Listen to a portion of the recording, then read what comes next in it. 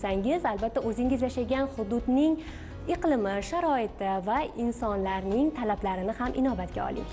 Albatta, so'zimizning isboti sifatida Sirdaryo viloyatining Tojiqulovlar xonadonini misol qilib keltirishimiz mumkin. Ular milliy mahsulotimizni bugun daromad manbaiga aylantirishgan.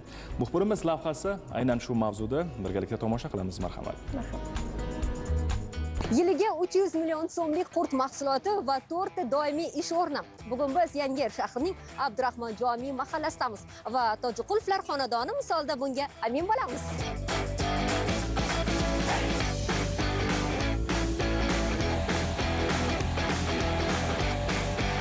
Zarifa va Xumarjon Tojiqulovalar xonadonida milliy mahsulot qurt ishlab chiqarish yo'lga qo'yilgan. Bugun bu yerda mehnat, reja va daromad bor. Hech qayerga bormay, uyda turib ishlash imkoniyati yaratilgan. 5 yil oldin ishni boshlaganman. Undan keyin sal ehtiyojlar ko'paygandan keyin sut mahsulotlarini qayta ishlashni kirdirdim. Undan qurut qilishni kirdirdim. Hozirgi vaqtda qizim bilan sal rivojlantirib, kredit olib, mana shu ishni yurg'izib, 4 ta 5 tagacha ishchi qabul qilganmiz. Qurt mahsulotlari bu yerda bir xil emas. Xaridor talabi inobatga olinadi. Katta, kichik, yumaloq, uzun shakllarda tayyorlanadi. Ayrimlari esa zamonaviy usullarda. Shu bois bu mahsulotga bo'lgan talab ham kun sayin ortib bormoqda. Bu ish bugun oilaga barqaror daromad keltirmoqda. Qo'l mehnati qilardik. Hozir mana apparatni olib, endi buni sal qo'l mehnati kamaydi. Bizga ham yengillik bo'ldi. Talab yaxshi, Xudoga shukr. Kuniga 50 kilo, 60 kilo, 100 kilogacha chiqaryapmiz. Qaymoq chiqaramiz, qaymoqdan sariyog' chiqaramiz. Sariyog'ga ham talab katta, qaymoqqa ham.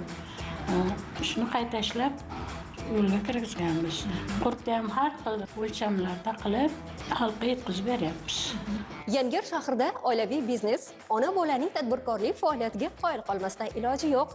Uyda tayyorlangan qurtlarning bahosi, ta'mi o'zgacha.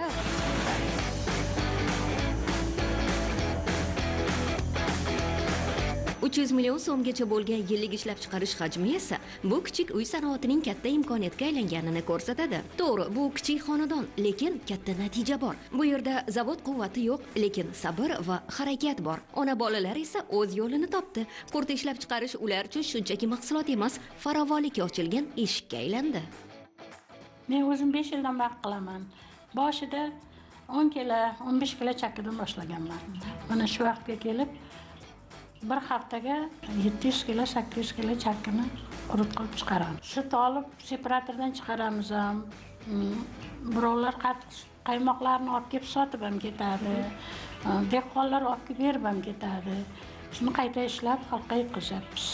Xonadon egalarining aytishicha, bu qurtlarning narxlari yuqori va foydasi ham anchagina yaxshi. Bu qurtlar esa o'zining tabiiyligi bilan ajralib turadi. Qurtimizning tarkibida qo'shimcha narsalar yo'q. Toza qurt, tabiiy, talab kuchli. Bizning qurtlarimiz sal bahosi qimmatroq. O'shanga qarab klientlar ham bor, Xudoga shukr. Har yerlardan, Toshkentdan ham keladi. Yoshlarga men iltimos qilaman, mehnat qilish kerak, harakat qilish kerak. Natija topiladi.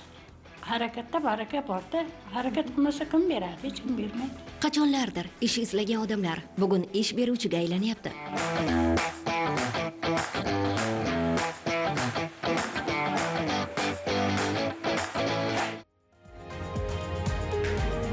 Qadrli do'stlar, siz O'zbekistonning 24 informatsion telekanalida O'zbekiston vaqti bilan ko'rsatuvini jonli efirda tomosha qilyapsiz. Biz esa davom etamiz.